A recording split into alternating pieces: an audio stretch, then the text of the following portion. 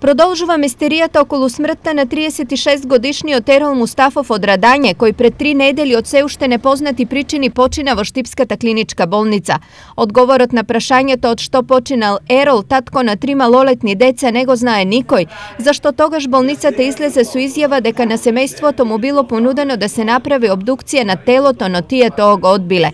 2 недели подоцна братот на Ерол Кенан писмено се обрати до телевизија Старод Измир со демант на кажаното од страна на болницата. Вујко ми потпишал само документ со кој бара телото да се земе од болница и да се однесе во капелата за да не се распадне додека јас дојдам од Измир за погребот. Лекарите ниту му понудиле аутопсија, ниту ја спомнале, ниту пак ние сме одбиле такво нешто. Тврди братот на Ерол Кенан.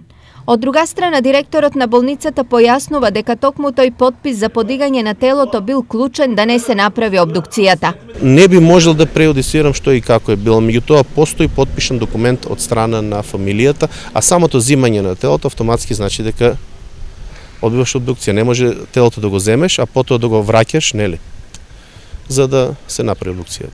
Во меѓувреме се уште е во тек внатрешната истрага во болницата околу третманот на пациентот. Се проверува дали во случајот на Ерол Мустафов се почитувани сите предвидени процедури за прием и лекување на пациентот. Истрагата оди бавно, зашто во случајот на Мустафов бил инволвиран персонал од повеќе одделенија. Нас не интересираат процедуралните постапки дали била запазени спрема законот кој што се во службен весник се однесува за клинички патики и процедури при работа со овие случаи. Инаку првично како причина за смртта на Мустафов беше споменато внатрешно краварење, но потоа семејството искажа сомнеш за смрт како последица на труење.